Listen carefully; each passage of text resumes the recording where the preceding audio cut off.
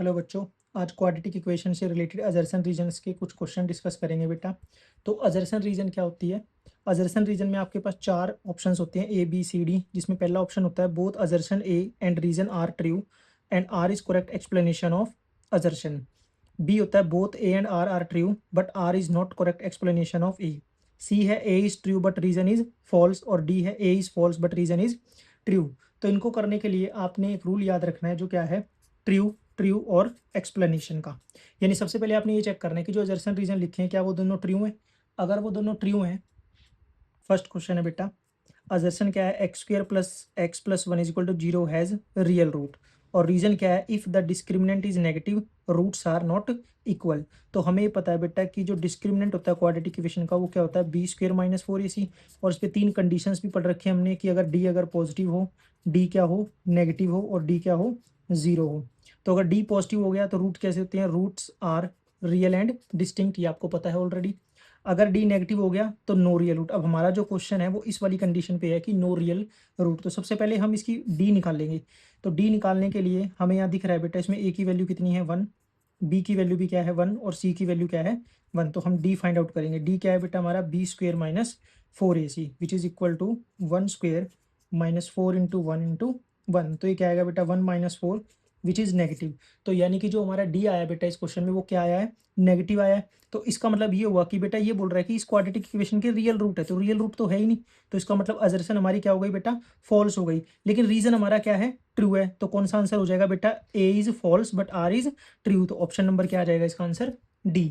Next question है बेटा हमारा, द इक्वेशन इज क्वाड्रेटिक। अब हमें पता है बेटा वो इक्वेशन क्वाड्रेटिक होगी जिसकी डिग्री क्या होगी बेटा? टू होगी।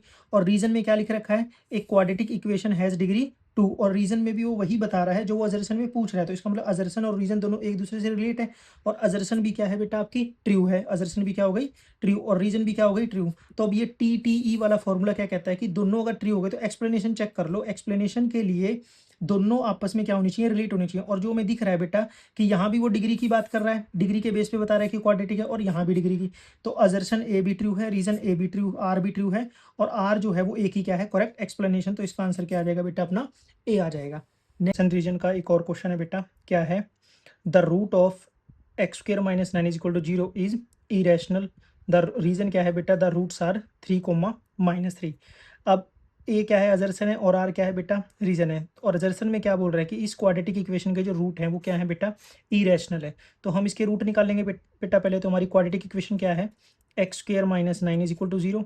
अब ये माइनस है, ये राइट हैंड साइड में जाके क्या हो जाएगा बेटा? प्लस। अब जब एक साइड से स्क्वेयर हटता है बेटा तो दूसरी साइड रूट आएगा, और रूट आने की वजह से उसके ऊपर किस किस का साइन आएगा? प्लस और माइनस का। तो यहाँ से मेरी जो एक्स की वैल्यू आएगी बेटा वो आएगी प्लस माइनस थ्री। तो यहाँ से हमारा एक रूट जो अल्फा है वो क्या आ गया? थ्री, और एक रूट बीटा क्या आ गया? Minus three. लेकिन वो तो क्या बोल रहा है बेटा? रूट्स कैसे हैं? इरेशनल है। तो इरेशनल रूट कैसे होते हैं बेटा? जो रूट के अंदर हो, जैसे root two, root three, root five, ये हमारे इरेशनल रूट है। बट यहाँ पे तो क्या आ रहा है? थ्री और माइनस थ्री। तो इसका मतलब जो हमारा अजर्सन है वो क्या हो गया बेटा? फॉल्स हो गया। लेकिन हमारा जो रीजन है, रीजन में क्या लिख रहा है कि रूट हमारे थ्री और माइनस थ्री है। तो हमारा रीजन क्या हो जाएगा बेटा? ट्रू हो जाएगा। तो इसका मतलब अजर्सन हमारा फॉल्स है और रीजन क्या है? हमारा ट्रू है। तो इसका मतलब इसका आंसर क्या हो जाएगा? Option number D. Next question है बेटा, अजर्शन में है every quadratic equation has two real roots. और रीजन में बोल रहा है the degree of quadratic equation is two. तो हमें पता है बेटा जो क्वाड्रेटिक इक्वेशन की डिग्री होती है वो तो टू ही होती है। तो इसका मतलब ये जो हमारा ऑप्शन है ये क्या है? ट्रू। यानी रीजन तो हमारा क्या हो गया? ट्रू। अब हम चेक करेंगे क्या अजर्सन हमारी ट्रू है। वो कह रहे हैं कि कोई भी क्वाड्रेटिक इक्वेशन ले लीजिए आप, उसके जो रूट आएंगे वो रियल आएंगे। मैंने एग्जांपल लिया कि x square plus one is equal to zero. अब इसकी डिग्री क्या है बेटा? टू है। डिग्री क्या है? टू है। तो यहाँ से एक्स स्क्वायर, ये प्लस है तो जाके क्या होगा बेटा? माइनस। यानी एक्स स्क्वायर किसके इक्वल आ गया? माइनस बन गया। और हमें पता है बेटा अगर हम किसी भी नंबर का स्क्वायर करते हैं तो आंसर कभी भी नेगेटिव नहीं आता। तो इसका मतलब इस क्वाड्रेटिक इक्वेशन के जो रूट हैं वो रियल नहीं है। तो इसका मतलब अजर्सन में क्या बोल रहा है कि दो रियल रूट होंगे ही होंगे। लेकिन यहाँ से पता चल रहा है कि ऐसा जरूरी नहीं है। तो इसका मतलब अजर्सन हमारी क्या हो गई बेटा? फॉल्स। और रीजन हमारी क्या हो गई? ट्रू हो गई। तो इसका आंसर भी क्या आ जाएगा अपना? Option number D. Assertion reason का एक और इंपॉर्टेंट क्वेश्चन है बेटा, अजर्सन क्या है?